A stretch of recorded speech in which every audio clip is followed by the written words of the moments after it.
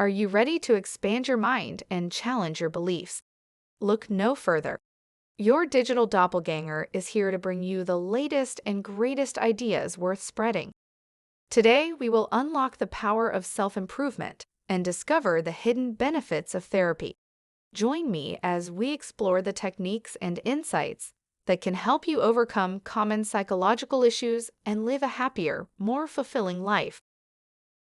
Welcome to the Make-A-Wish series. Have you ever considered what you truly wish for from a psychological perspective? Do you wish to be more relaxed, loving, and happy?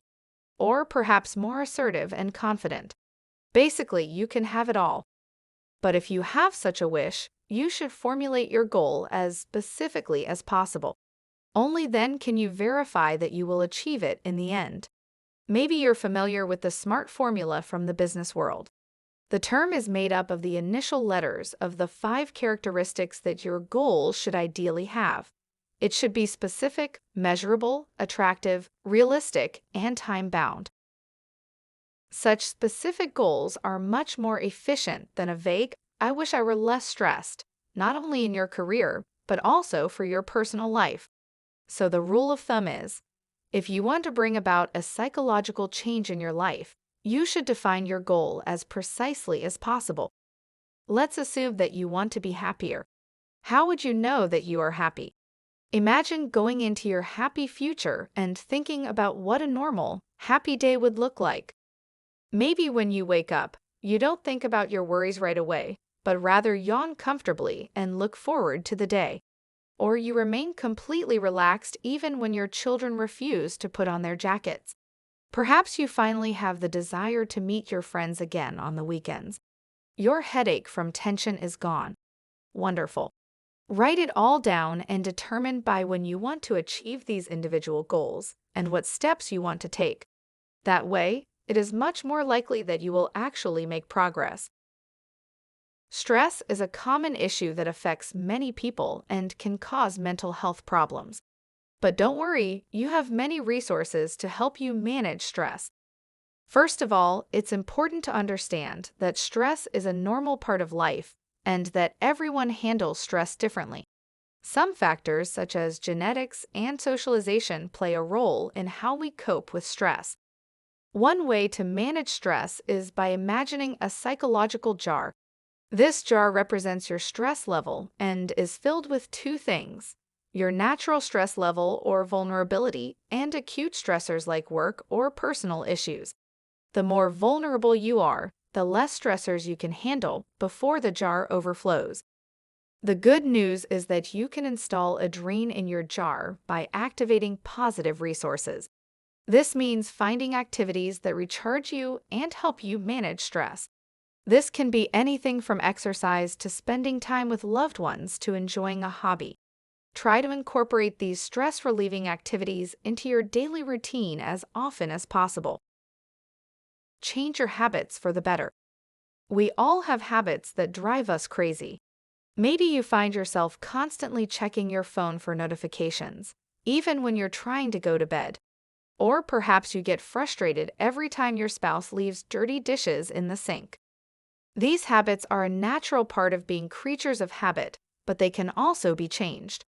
Psychologist Paul Watzlawick developed a technique called less of the same that can help. The idea is to take a step back and observe yourself like a researcher. Write down your observations and ask yourself questions like, when was my behavior counterproductive? And have I tried this strategy before? And if so, did it work?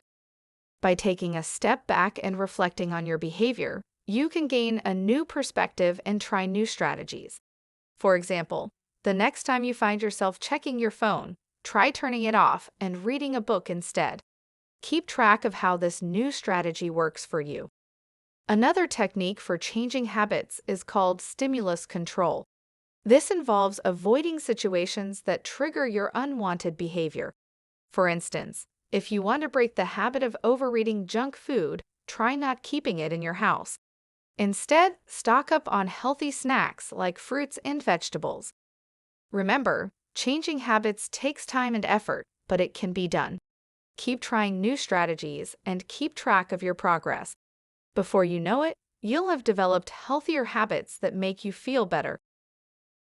In order to eliminate limiting or depressing thoughts, there is another technique that takes you out of the victim role and puts you into action.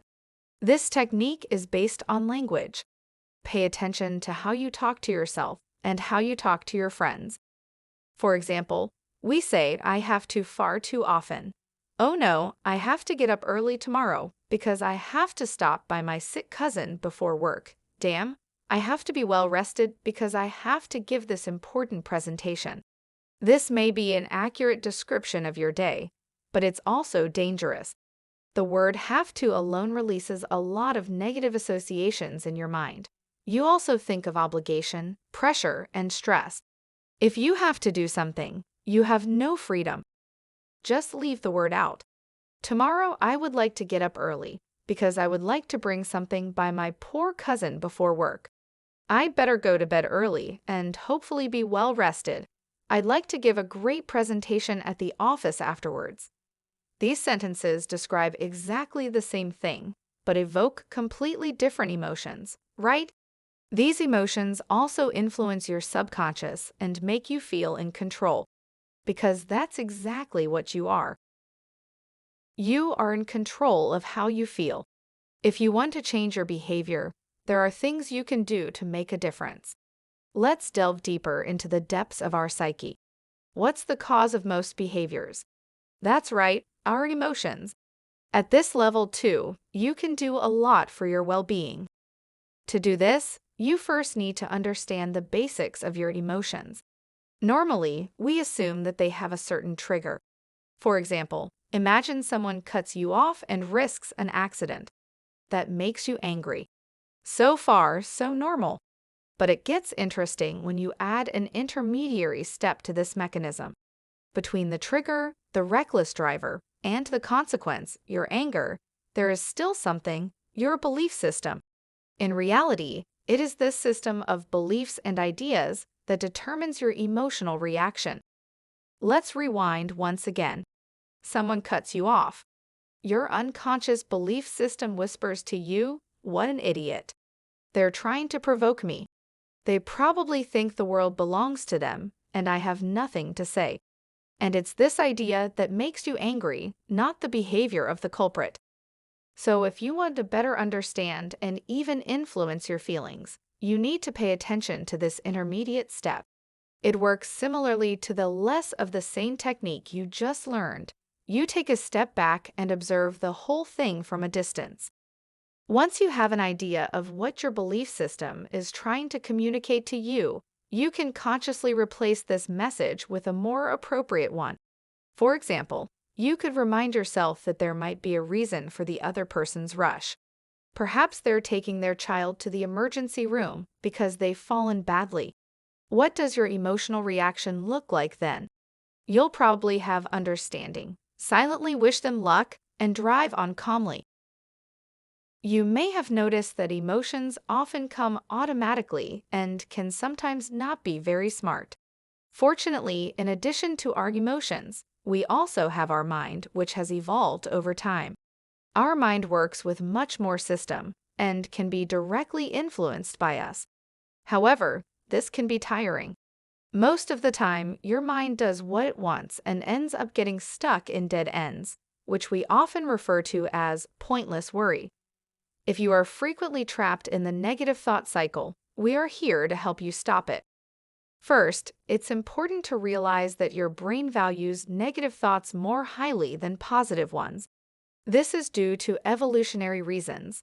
You are descended from cavemen who worried about the slightest rustle in the bushes. Why? Because they constantly lost loved ones due to natural dangers, such as deadly snake bites. To survive, they had to drive themselves crazy with worry. So the tendency towards negative thoughts is not your fault. To limit your worries, there is a method that may seem strange at first. Make an appointment to worry. Write it in your calendar in bold letters. Sunday, 2-4 p.m. Worries.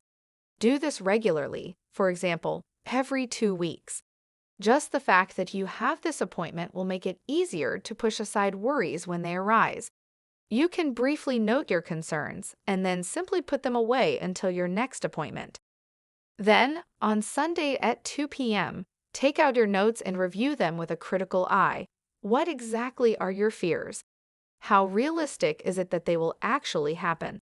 What can you do to change your situation? What belief systems underlie your negative emotions, and what thoughts could you replace them with? By doing this exercise regularly, you will take away the power of your negative thoughts. Over time, the depressing worries will occur less and less often. Almost everyone is afraid of something: spiders, darkness, heights, visiting the dentist, or public speaking. This is due to our evolutionary heritage, which is sometimes absolutely sensible. Without fear, we would all be dead by now. However, our Stone Age brain is again causing problems. For some people, it simply cannot distinguish between a saber-toothed tiger attack and a commercial flight, leading to the same unpleasant reaction. We can ally with our mind to put the older parts of our brain in their place. That's right, you can consciously decide when your fears become so debilitating that you have to do something about them. It's better to do this earlier than later, as fear tends to spread, which is often counterproductive. For example, if someone is afraid to visit the dentist because of fear, they will eventually have good reason to be afraid of the next visit. Exposure has been proven to be the most effective method against fears in behavioral therapy. Basically, the person is confronted with the trigger of their fear and experiences that they can handle the situation. We often have the most fear of fear itself. Take acrophobia, for example. If a person with this fear stands on a ladder, they will start to shake, sweat, feel nauseous, and breathe heavily. But eventually, the fear subsides. It's an alarm state that the body cannot maintain for a long time. This experience makes the same situation less threatening the next time. If you want, you can perform an exposure on yourself with discipline and courage. To do this, you should write down the situations you are afraid of and arrange them in increasing difficulty. For example, if you have acrophobia, you can first step on a chair and stay there until the fear subsides. The second time, you dare to stand on the table, and for the third activity, you bring the ladder from the basement. This way, you gradually escalate until you eventually walk along a wobbly path in a climbing garden. Sounds exhausting. It is. So be kind to yourself. Don't judge yourself if it doesn't work. Have patience and take one step at a time, carefully. And that's a wrap for this episode of Digital Doppelgänger. We hope you've learned some valuable insights into therapy and how you can use these techniques to live a happier life. Think of these tricks and techniques like a buffet. Pick what works for you, give it a try, and see how it feels. Even though it may seem strange to explore your own psyche from a researcher's perspective, you have nothing to lose and so much to gain. So join us on this journey to a better self, and don't forget to subscribe to Digital Doppelgänger. We'll be your virtual cheerleaders on your path to a more balanced and fulfilled life. Thanks for tuning in, and we'll see you in the next video.